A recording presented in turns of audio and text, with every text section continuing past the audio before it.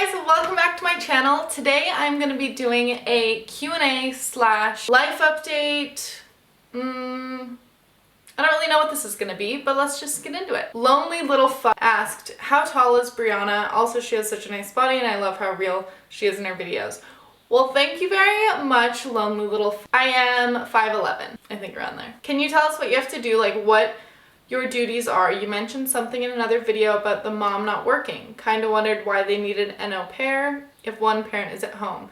Maybe you could do a Q&A because I have like a million questions. Thank you, Rachel, for leaving me that comment.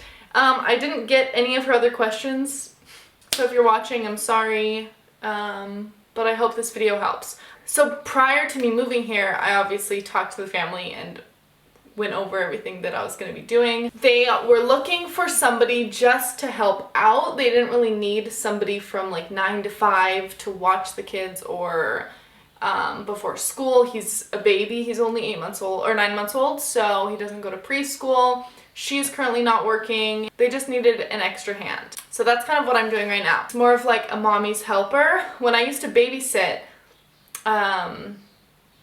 gosh, I started babysitting when I was like 12. My mom would call it a mommy's helper, and I remember being like embarrassed. I was like, Mom, I'm a babysitter or I'm a nanny. I'm doing it by myself. But there were times where the mom was there and I would just help her out. It's more helpful than I feel like it looks like or seems. So daily duties. Okay, get to the question. I've only been here for 3 weeks. So maybe I'll do an update at the end of my au pairing experience or like another one down the line, but right now I just wake up. I don't really have a set time. Nothing is super set. It really is like I'm a part of the family. It's not like a job where, okay, you have to get up at this time, help me at this time, you're off at this time. I just get up in the morning, make myself breakfast, play with him, and then it really depends day to day. If the mom needs to go out and run errands or wants to go to the library, wants to go do this, I will most likely go with her. I'm rarely just at home with him by myself. And like I said, that might change. So I just help her out with whatever she needs. I really recommend au pairing if you like kids because it's free and you get to be in a new place. The next question I've gotten asked is, how did I get this job? If I used a website, if you want to become an au pair, how do you do it? I have looked on websites. I will link a few in the description below. I personally did not use one though. I knew these people from family friends back home, so it was just personal connections. I had never met them, but I did FaceTime and talk to them for months before moving out here. The websites that I've looked into do look promising. There's one, Au Pair World or My Au Pair World. That one looked really good. Then there are some that you have to pay to be a part of. To find a family, I'm not really sure. Actually, I don't know anything about it. I don't. This is my experience. I just knew the family, but if you guys want to know more, just look it up on the website. Another question you guys might be getting or might be wondering is, am I getting paid? And yes, you get paid a monthly amount. I personally went into this experience not caring about the money. I'm just here to gain life experience and to grow as a person and to just be in a new environment.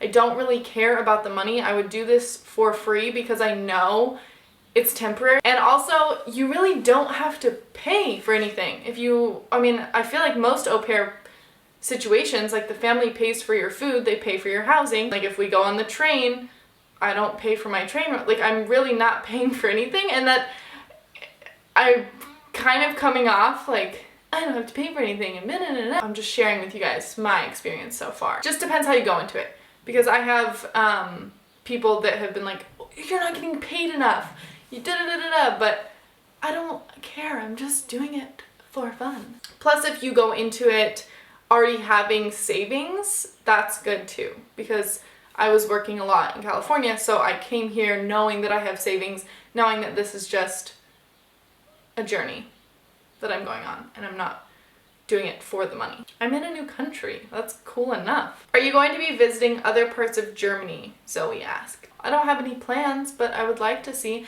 It's funny, I really didn't have many fears before, like when I was in California. I didn't have any fears coming here. I was like, I'm just moving to Germany, I'm so excited, and this and that, and I can just go here and go there and da-da-da-da, thinking that I don't actually know what I was thinking, because I'm here and I'm a little bit more scared than I initially was. Like now that I'm here in the new country, it's just a little bit different and it's so foreign. And it's funny, I was so optimistic and I still am, but just thinking back to before I came here and now I'm here and I'm like, I'm just gonna like see how it is in my little town for a month first. But yes, I want to travel. So if you guys have recommendations on where I should go, let me know. I kind of want to talk about my first impressions of Germany because I had never been here before. I don't even know if I definitely Googled the place before I came here, but before this, I didn't know anything about it. I was talking to my friend the other day and he was like, I can't believe you even went. Like, you'd never been there and you didn't know anybody and you didn't even know the people you were moving with. And I was like, you're so right. Usually people, before they just go somewhere, they at least look into it or go there first.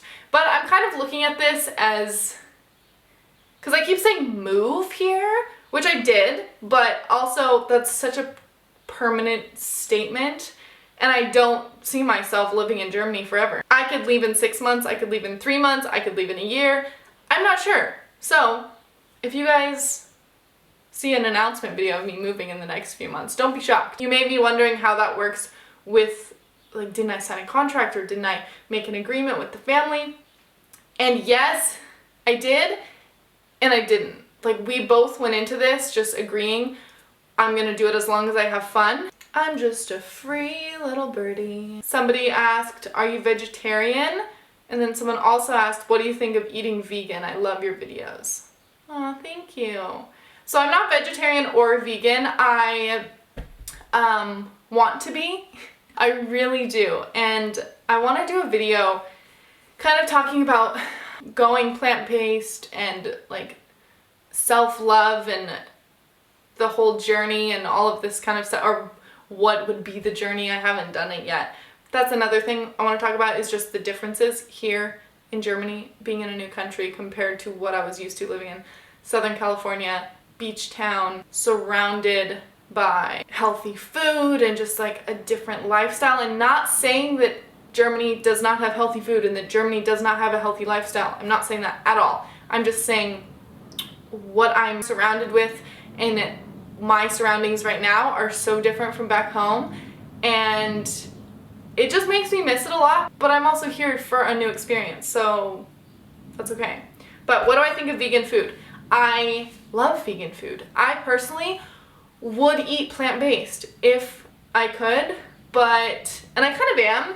The first 2 weeks that I was here, I was like, I don't want to be high maintenance, like I'm gonna just eat whatever my family makes and that's all, it's fine. Like, I'm in a new place, I just gotta dive right into the culture. So I did that for 2 weeks and then I started feeling so gross and not good about myself. It was really hard for me just to like give it all up and be like, I don't care, I'm just gonna eat cheese and bread every single day.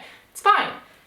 And I was talking to my friends back home and like my mom, and I was like, I feel really bad if I don't wanna like eat what they're eating, and what do I do? Like, I don't know, I don't wanna be mean. And I kind of sat with it and just realized it's just food. We all have this huge pressure on us, I feel like, to fit in with food, and you have to like eat what other people are eating, and I hate all this pressure on food. Like, if I don't want to eat that, or if I want to eat this, like, it shouldn't matter. And so I talked to my host mom and I was like, I'm not being mean. You guys are great cooks. Like, I love the food that you make. Like, it's so good and cheesy and I'm not kidding.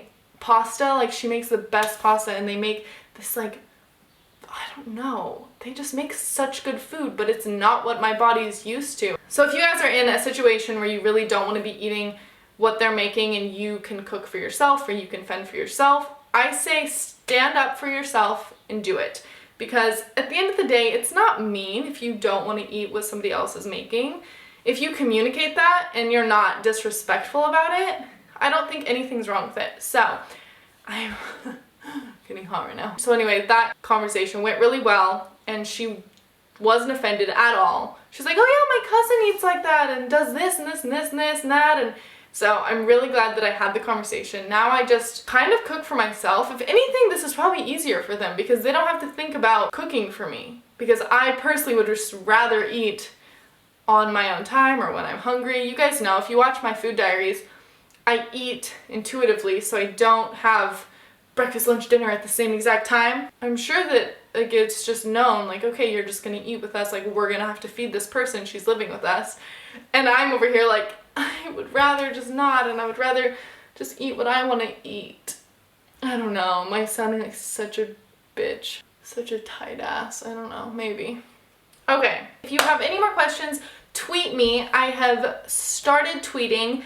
I really never have ever used Twitter in my whole life, but I'm getting into it. That is the best way to reach me because it can keep the conversation going, whereas on Snapchat it gets deleted immediately, and then Instagram, my DMs get like hidden. You know when you have to approve the DM? So I always forget to check that. All the links are in the description below, and thank you guys for watching. Bye! Out of it, staring at the ceiling.